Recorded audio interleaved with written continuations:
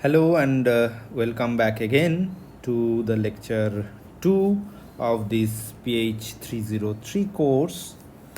Today we will formally calculate the corrections to energy and the wave function because of the perturbation that we have applied to the original system. Before going into the discussion, let me briefly tell you what we did so far. In the previous class, what we have done was we actually took one example of the two state system or the two level system, and that two level system Hamiltonian was given by this H naught, and it was a diagonal Hamiltonian having the diagonal entries as E1 or E2, and this basically is a known object, and on top of that we had applied a small perturbation H1, and we had written this down, the total Hamiltonian down, as H equal to H naught plus lambda H1. Then we followed the standard procedure of calculating the eigenvalues, and the eigenvalues turn out to be of this particular form. It was a quadratic equation and the eigenvalues turned out to be of this form. Then we assumed that one of these E1 is greater than E2, and assuming that, we also had seen that if this lambda, which determined the strength of the perturbation, is much smaller than U1 minus E2, that means the difference between these two energy values, if it is like that, then we can actually expand this delta 1 and delta 2, the two energy eigenvalues, in a form like as shown in this expression of delta 1 as well as this delta 2. This immediately gives us one insight that although the original energy eigenvalues were E1 and E2, after we put a perturbation which was given by the Hamiltonian H1, the eigenvalues of the system changes, and this change is given by this second term.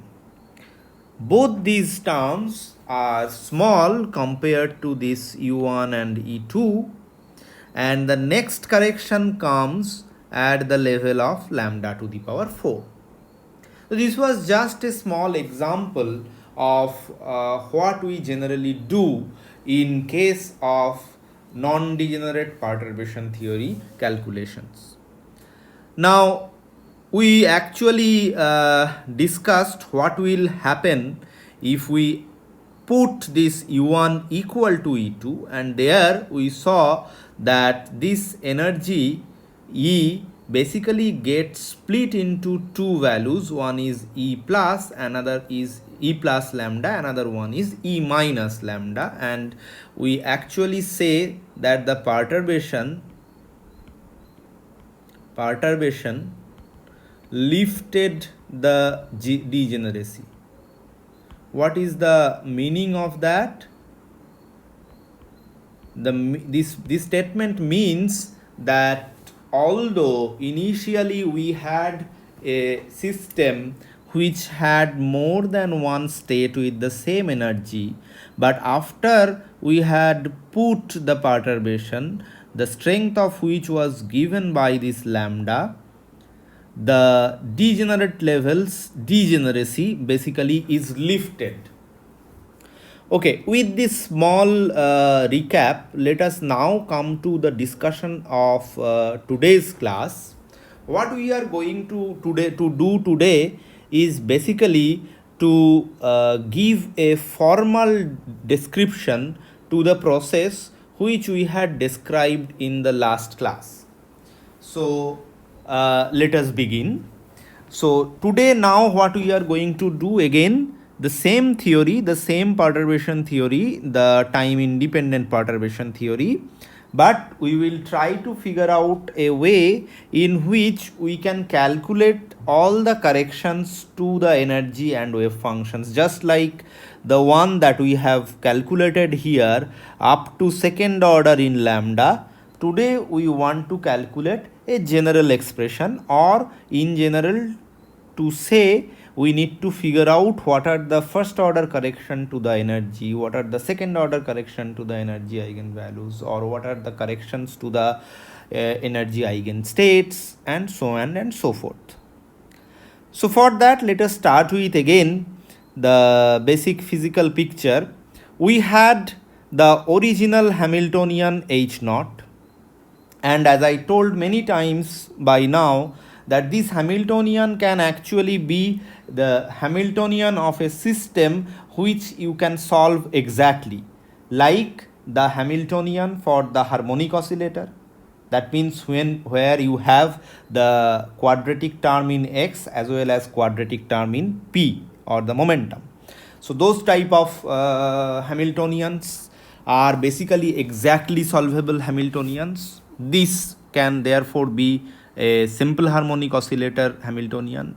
This can also be another Hamiltonian which is like the hydrogen atom. In fact, in principle, whatever exactly solvable problems you have done in your PH 204, this H0 can be any one of them.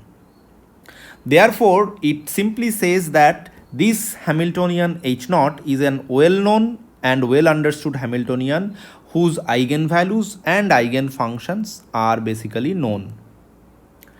Now, to this H naught, we applied this perturbation H1, which is not known to us. And we call this total Hamiltonian, which we have written here, as capital H. So this is the Hamiltonian which is needed to be solved for. Now, since we are dealing with Hamiltonians, and since we will be doing quantum mechanics, H naught, H1 and H must all be Hermitian, simply because we want to have real eigenvalues, because no experiments can give you something which gives complex numbers as its outcome. So H naught, H1, H all are Hermitian. Now, among that, we can actually start with this known Hamiltonian. That means we write down H naught acting on Ket n naught is equal to E n naught, and again acting on Ket n naught. Therefore, it is an eigenvalue equation. H naught is the operator which acts on the energy eigen Ket n naught, gives some value for the energy, discrete value, and then gives the same Ket back.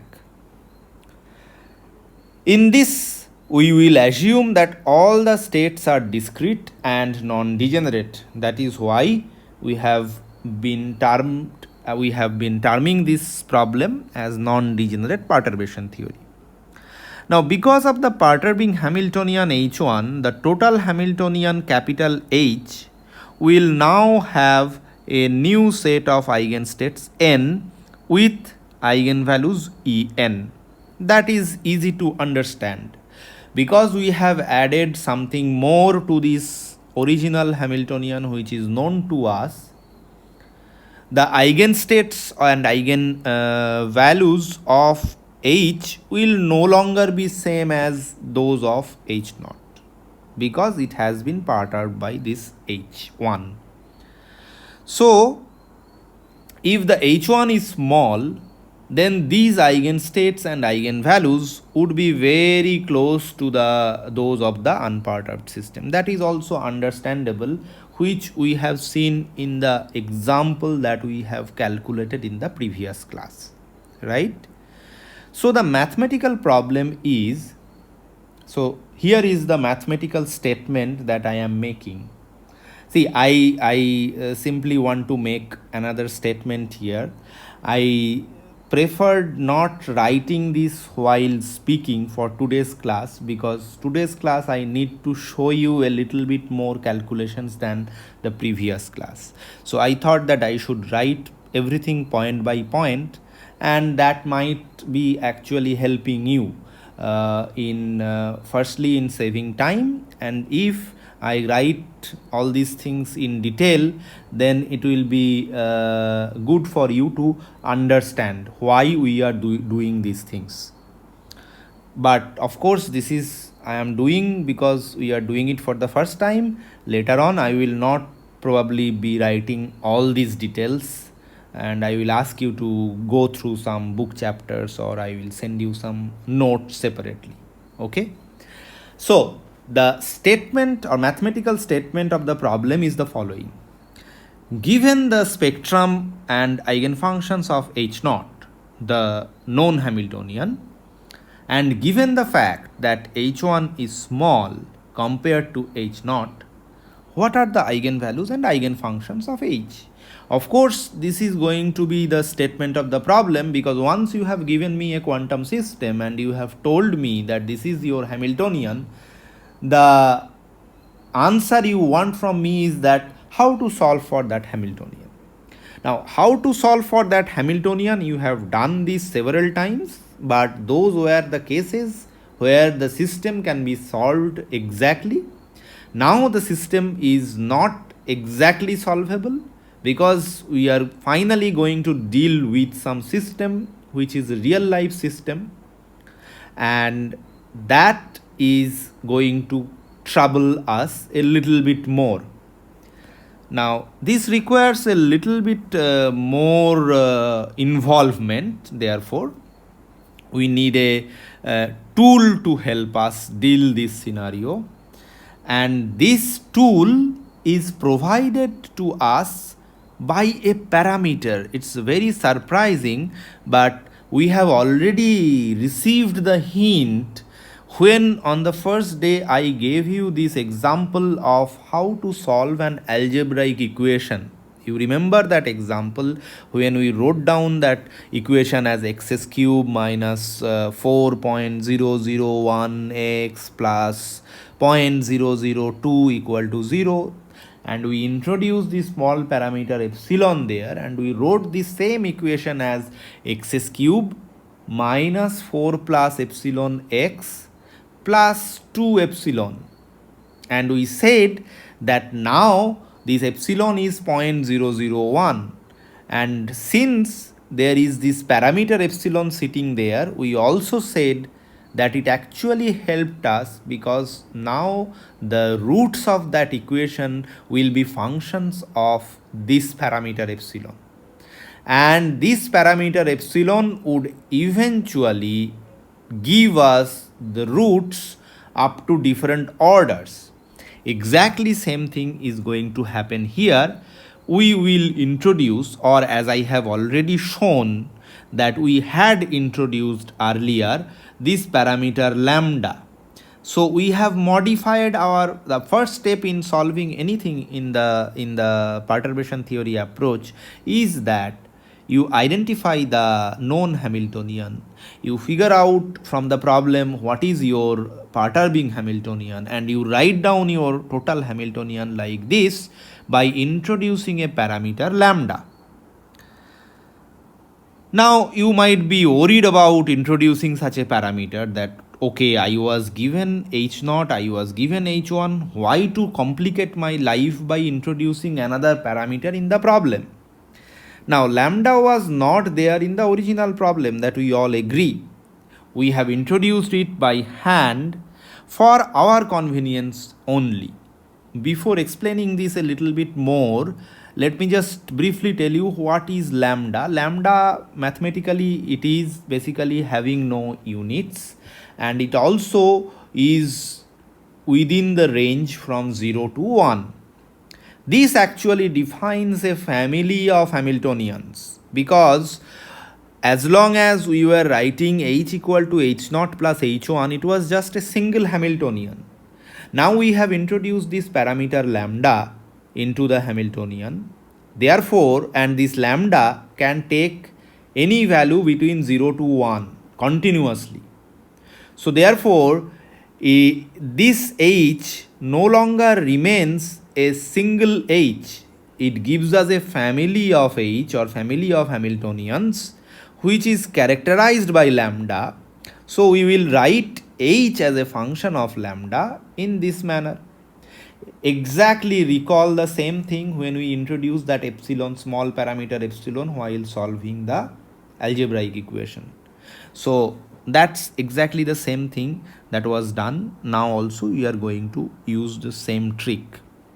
So we are basically solving a more general problem, that we all agree, because earlier the problem was to solve for a single Hamiltonian. Now with the introduction of this parameter lambda, we are not looking into solving a particular Hamiltonian, rather a family of Hamiltonians.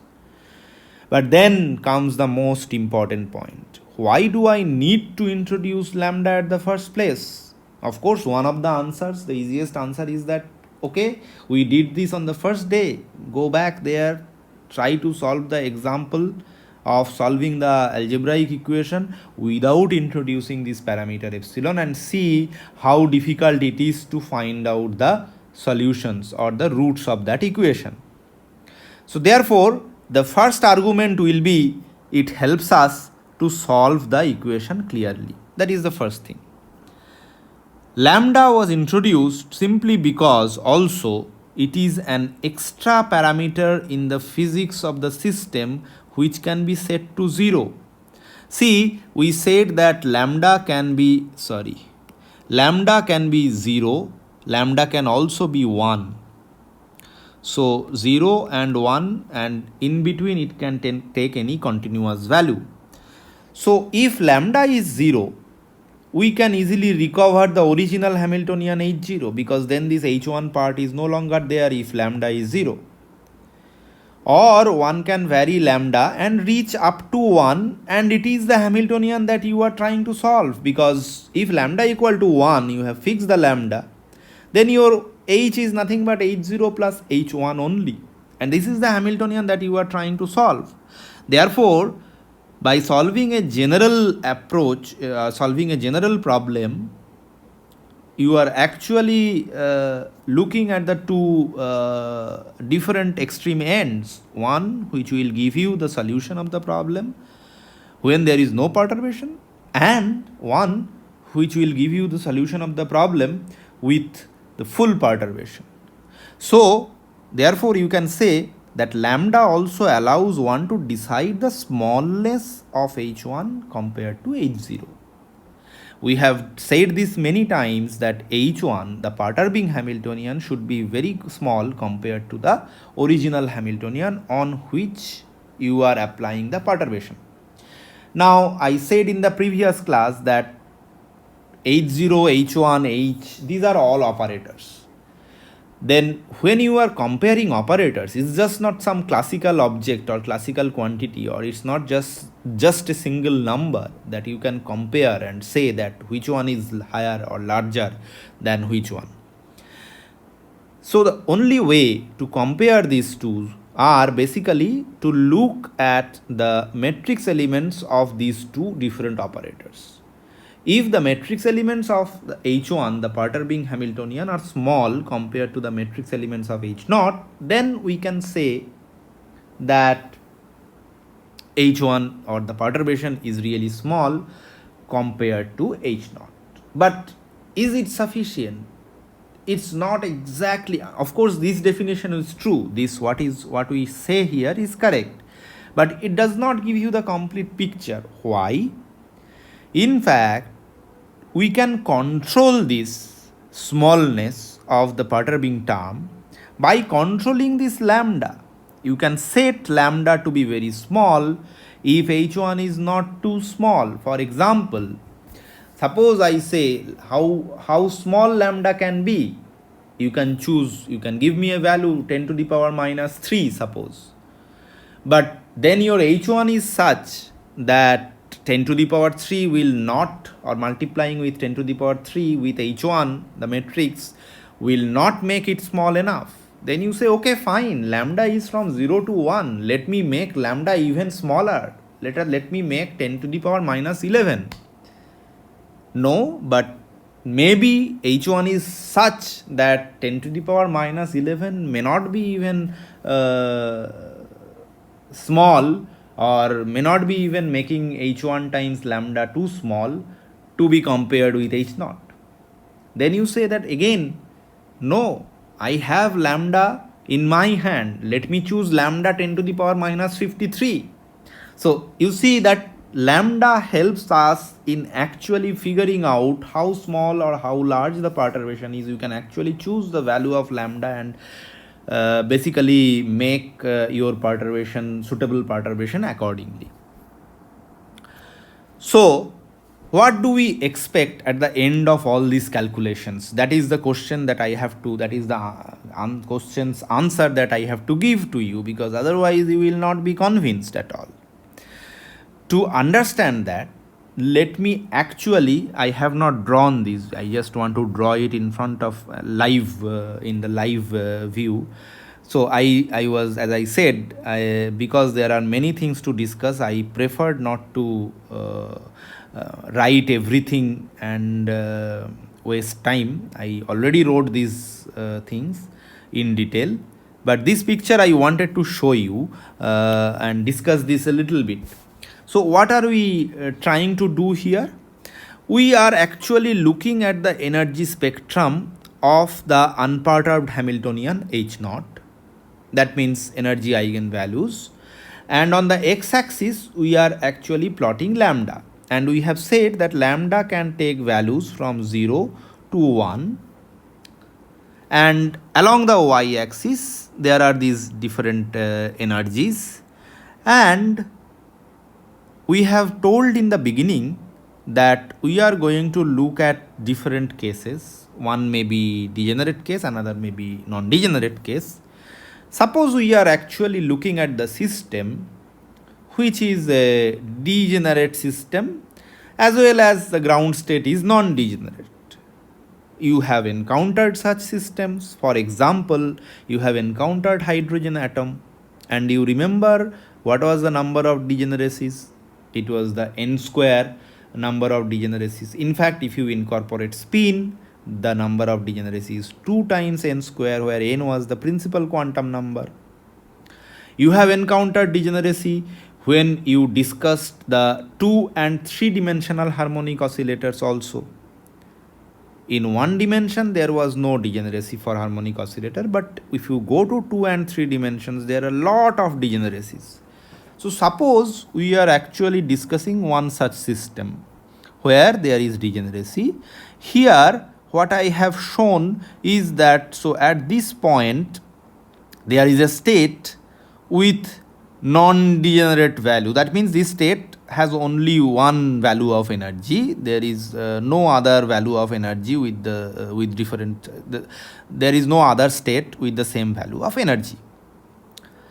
Then if you go a little bit higher to a different energy value, suppose that energy level is doubly degenerate. That means there are 2 different states with the same value of energy. Then you go further up and there are discrete energy levels, but now you find that at this value of energy there are 4 different states. So all these scenarios are basically telling you that in this particular problem, we cannot apply only non-degenerate perturbation theory. We have to apply non-degenerate perturbation theory as well degenerate perturbation theory. So now let us look at this picture, that at lambda equal to 0, some perturbation is turned on. That means here at this moment of time, we have introduced this lambda, and lambda is slowly going from 0 to the maximum value 1. Now, as we turn on the perturbation, the eigenstates and eigenvalues are going to change, as I have written here. As the perturbation is turned on, initially before turning on lambda, the initial Hamiltonian was simply H0. But now, when I turned on this perturbation, the eigenstates and eigenvalues are going to change, because whatever was the eigenstate of H naught will not remain so after perturbation is turned on. That is easy to understand. Everything is going to change depending on lambda and will happen continuously as lambda is changed continuously from 0 to 1. Therefore, the equation that we had written, that H is a function of lambda H naught plus lambda H1. This, because this H now depends on lambda, the energies also are going to depend on lambda. So I do not know to start with how does this look like. This plot may look like something like this. Okay, at ends at lambda equal to 1, because there is a functional dependence. This energy eigenvalue therefore will depend on lambda, and as lambda changes from 0 to 1, this E value should also be changing something like this. Now let us go to the degenerate case. What happens in the degenerate case? If you just briefly go back to our previous day's class, when we gave some hint here that what happens to the degenerate energy level, that means when U1 was equal to E2, we clearly saw that the perturbation basically lifts the degeneracy. That means after the perturbation is turned on, if there were any degenerate level, that degeneracy got lifted after you turned on the perturbation, because you now have two clearly different states with different energy eigenvalues. So taking hint from that example, we really at this moment do not know what happens, but taking some cue from that example, let us actually draw this like this. So suppose that it gets lifted. Some behavior is like this. Let me use some different color. So there were two states with the same energy, but after the perturbation is turned on, depending on lambda, as lambda changes in this direction, the degeneracy also gets lifted. What happens if we come to this example, like 4 different energy states with same value of energy? It may be something like this. So suppose this is there, and then it may so happen that there were 4 states, but this value remains same till some point, and then there is a breakup, like there is a lifting of the degeneracy at this point. This kind of complicated thing, the fine splitting of the energy levels, can also happen. Okay, so you immediately understand few things. This was just a pictorial hint or pictorial idea on how or where to apply which theory. Of course, when you are dealing with non-degenerate case, non-degenerate levels, you of course are going to use the non-degenerate perturbation theory here. You have to use degenerate perturbation theory, which we will be discussing next, and then we will see that this kind of scenarios where the degeneracy is lifted after certain value of lambda, not exactly from here. So here this case is not like this. After you go till some value of lambda on the x-axis, the degeneracy slowly starts to get removed. So here also you will apply degenerate perturbation theory, but you have to apply something more sophisticated or take some more sophisticated approach. Okay, having said that, let me come to the final part. Let us look at the general mathematical framework. We are applying non-degenerate perturbation theory. This is what is the starting equation. This is already known to you. This was the known Hamiltonian. These are the known energy eigenstates. Hamiltonian operated on the energy eigenstates gives you the energy eigenvalues.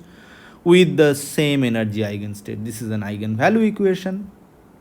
N0 is the energy eigenstate of H0 and En0 is the energy eigenvalue corresponding to this operator H0. Everything here is known, meaning N0 is known, En0 is known. For example, if it is an harmonic oscillator problem, then En0 is going to give you n plus half h cross omega, and N0 will give you those Gaussians and all those plots. Okay. Now, let us also recall that there are these orthonormality criteria of the eigenstates, that N0 bra, L0 ket. This 0 here does not mean that these are the ground states. This 0 here means that we are dealing with the unperturbed Hamiltonian. Please keep this in mind, that this 0 here always unless otherwise stated, always will imply unperturbed quantities. Okay, 0 at this stage does not have anything to do with ground state.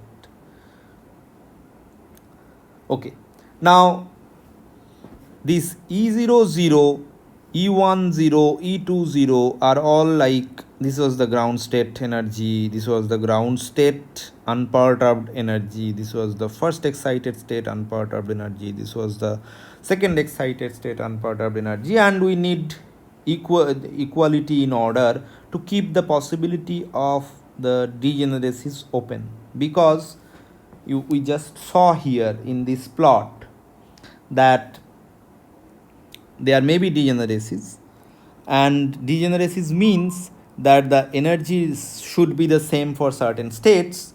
So that is why in general, not for time independent non-degenerate case, but in general we will have this type of relation between the energy eigenvalues. If on the other hand we are looking at a particular state K0, which is a non-degenerate case, say, then we can immediately write this, that Ek0 would be greater than Ek minus 1 naught and would be less than Ek plus 1 naught. Here we will not be talking about degeneracies, because we are dealing strictly with a particular state K0 which is non-degenerate. With this knowledge, we will be trying to solve this equation, H acting on N giving us En acting on N, the eigenvalue equation. I have simply mentioned this lambda here and here just to remind ourselves that these are perturbed Hamiltonian plus the H0. So unperturbed plus perturbed Hamiltonian together, this is the total Hamiltonian. Therefore, it varies with lambda, and therefore the energy eigenvalues as well as the eigenkets will also vary with lambda. So in this notation, if I put lambda equal to 0, we will get back the unperturbed eigenstates, and if we put En lambda equal to 0 here, we will get the unperturbed eigenenergies. So now we can expand various quantities in powers of lambda. That is what our ultimate target was. That you remember, again, this was already discussed. In trying to solve that algebraic equation that we introduced on the very first class, we have used the same thing. We expand various quantities in powers of lambda. This actually measures the power of change due to the perturbing Hamiltonian. And at the end of the calculations, we will put lambda equal to 1 to recover the original system. That's what exactly is going to be done, we are going to do here. So what I meant by expand various quantities is the following. We write this En lambda as En0. Again, mind it that this 0 does not have anything to do with ground state. Rather, this tells you that this is the energy eigenvalue corresponding to the unperturbed Hamiltonian. Then it comes that lambda en1, then lambda square en2, then lambda cube en3, and so on and so forth. So it's an infinite series written as this. So then you will ask, what are these en1s, what are these en2s? These are called, for example, this quantity is called first order correction to energy. Correction to energy eigenstate, energy eigenvalue. What is this? This is the second order correction to energy. All these and up to the so you can actually go ahead in this infinite series. Similarly, you can expand the eigenstate as kten0 plus lambda kten1 plus lambda square kten2. Therefore, you can also write a series like thing here. And exactly in the same manner, you can call this kten1 as first order correction to the energy eigenstate. Second order correction, it's given by kten2, second order correction to energy eigenstate, and so on and so forth. Now we assume that such series expansion converges. This is the only assumption that you, apart from this h0 and h1, like h1 being smaller than h0 and all those things, this is the only assumption that you are doing in this whole calculation. So from now on, for the sake of simplicity, we will write just n lambda as n, just simplifying our notations. So h lambda kten is equal to en lambda kten. What we are going to do? We are simply going to write down this h lambda as h0 plus lambda h1, and kten we have just written down this series lambda to the power m nm. We will put it here, m from 0 to infinity. On the right hand side, we will again follow the same trick. We had written down this energy eigenvalue series, so we will put this here. En lambda is lambda to the power m en m. What is kten? Kten is nothing but this, so we put it here, but because we have used the same m here, we will just write it as m prime. Doesn't matter, because this is going to, you could have written m instead of m, you could have written k also.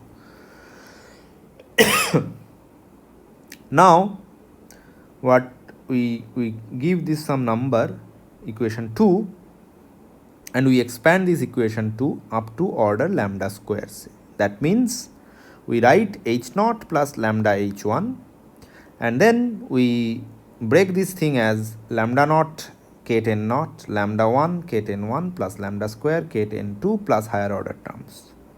Similarly for the right hand side, that means this is going to be broken up as lambda naught en0 plus lambda to the power 1 en1 plus lambda square en2, and then multiplied by lambda to the power 0 n0 ket plus lambda to the power 1 n1 ket plus lambda square n2 ket, and higher order terms.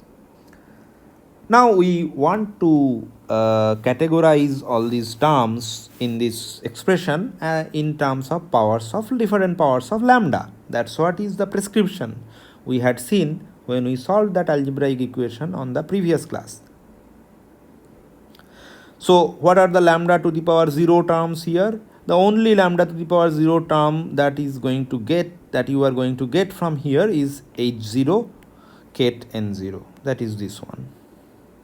Then what are the lambda to the power 1 terms? Lambda to the power 1 term will come from this. So this is lambda times h1, and lambda to the power 0 is 1. Therefore this is lambda times h1 acting on kten 0, which is this term. Similarly, you take this along with this. So this is lambda to the power 1 ket h0 acting on n1, which is this term. Then you collect all the lambda square order terms, lambda squared, and this with this is going to give us lambda square H naught acting on N2, which is this term. Similarly, lambda square term will be collected from this lambda H1 acting on lambda N1. So this is lambda square H1 on Ket N1, and all the other higher order terms starting from lambda cube. Now if you look into the second or the right hand side of this equation, this is En0. The first term is En0 acting on N0. Then lambda times En1 acting on, so we are looking for lambda to the power 1 terms, lambda on En1, and then this is getting operated on N0, which is this term, and lambda En0 Ket N1, you can actually figure it out from this. In the same manner, you can collect all the lambda square terms also, which are written here. Now the order lambda 0 terms above give rise to, so this lambda 0 terms are all collected together, and what you see is your known eigenvalue equation. It's automatically satisfied, but that's what you should expect. That was your principle, that was the idea on which you have prepared your theory. Now if you equate the terms of the order of lambda, you will see that H1 acting on N0 plus H0 acting on N1, these are the two terms, H1 acting on N0 and H0 acting on N1, should be compared or should be equated with En0 Ket N1 and En1 Ket N0. These are the two terms on the right hand side. These are the two terms. Next, what you do here, you just operate Ket N0, bra N0 on both sides. Take this first line, take this line and operate or sandwich these operators H1 and H0 with N0, bra N0. So then the first term is like this, second term is N0, H0, N1. Since En0 and En1 are numbers, this N0 directly will sit here and here. Therefore, this N0, H1, N0, and we know this, that Ket N0 or bra N0, when H0 operator acts on bra N0, remembering that H0 is a Hermitian operator, we will just get this En0 bra N0. So we take this and we get this, and therefore we write this N0 bra N0 Ket N1. And then therefore this term gets cancelled with this term, and you figure out that En1, that is the first order correction to energy levels, is nothing but N0 H1 N0. This H1 is the operator and this is the perturbation Hamiltonian. So in this manner, you can also calculate what are the Ket N1s, that is the first order correction to energy eigenstates. You can calculate what are En2, that is the second order correction to the energy eigenvalues. You can also calculate the second order correction to the energy eigenstates. In fact, in this manner, you can figure out that it's a recursive relation or the recursion relation, and you can figure out what will be the kth order correction to the energy eigenvalues and the eigenstates.